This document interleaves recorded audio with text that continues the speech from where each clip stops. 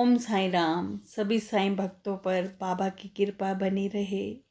मैं वीडियो शुरू करने से पहले आप सब लोगों से प्रार्थना करती हूँ कि प्लीज़ आप मेरे वीडियो को सब्सक्राइब करें, लाइक करें, शेयर करें, ताकि जो मेरे मन के अंदर बाबा का प्यार है वो सब साईं भक्तों के पास पहुँच पाए।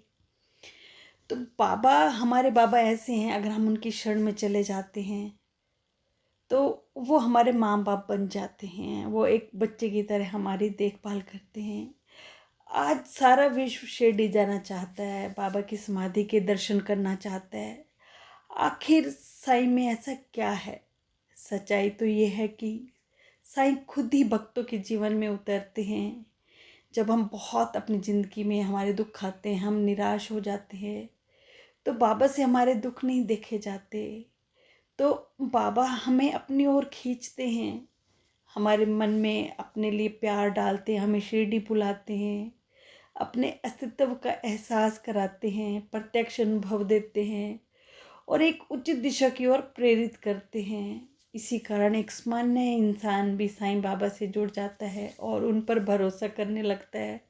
आज मैं आपको विश्वास की एक कहानी आपको सुनाती हूँ कि हमें ईश्वर पर कैसे विश्वास करना चाहिए। एक गाय घास चरने के लिए जंगल गई। शाम ढलने के करीब थी।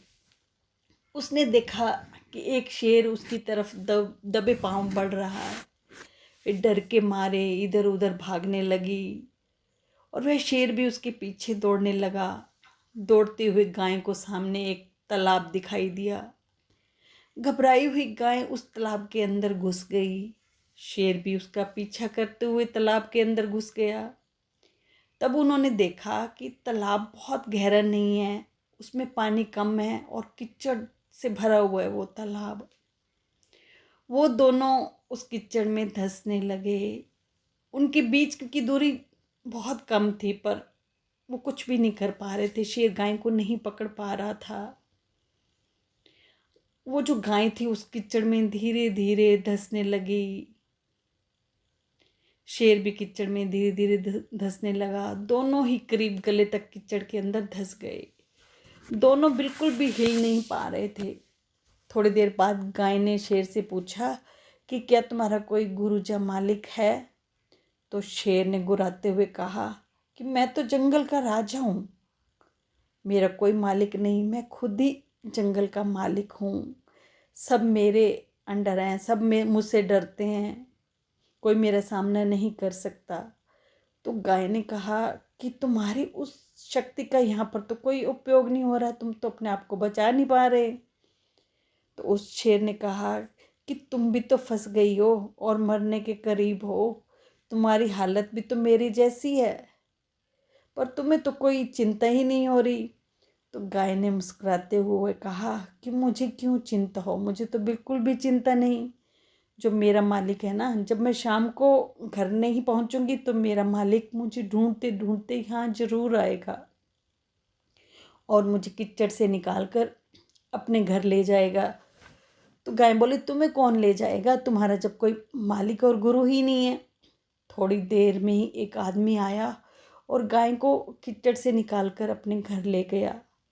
वे चाहता था, शेर को भी निकालना चाहता था, पर उसे अपनी जान का खतरा था। उसको पता था कि अगर उसने शेर को निकाला तो वह गाय और उसको खा जाएगा। तो यहाँ पे गाय कौन है? गाय यहाँ पे एक समर्पित हृदय है, एक शरणागत है। और जो शेर है वो अहंकारी मन है। और जो स्वामी है गाय का वो ईश्वर का प्रतीक। और जो संघर्ष है वो अस्तित्व की लड़ाई है।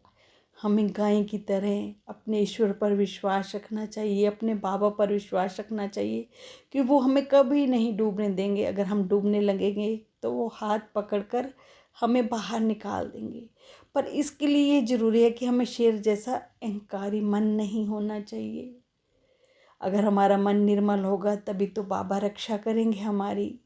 सचरित में भी बाबा ने साफ कहा है, जब हेमाड पंची बाबा पे सचरित्र ग्रंथ लिखना चाहते थे तो उन्होंने श्यामा को कहा कि आप बाबा से मुझे परमिशन लेके दो। जब श्यामा ने कहा कि ये परमिशन चाहते हैं सचरित्र ग्रंथ लिखने की, तो बाबा ने कहा कि मैं इनकी सहायता करूँगा, स्वयं सहायता करूँगा, पर इनको अपने अंदर से मैं निकालनी होगी, अहम भाव निकालना होगा।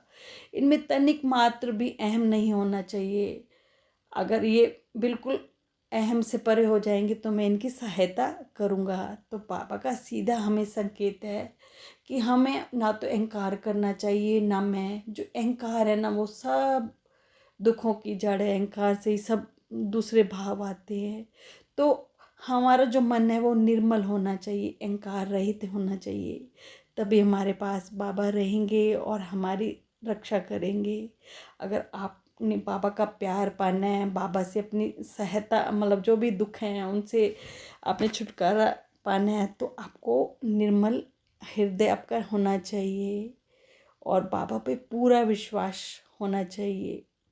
बस आज इतना ही। ओम साई राम।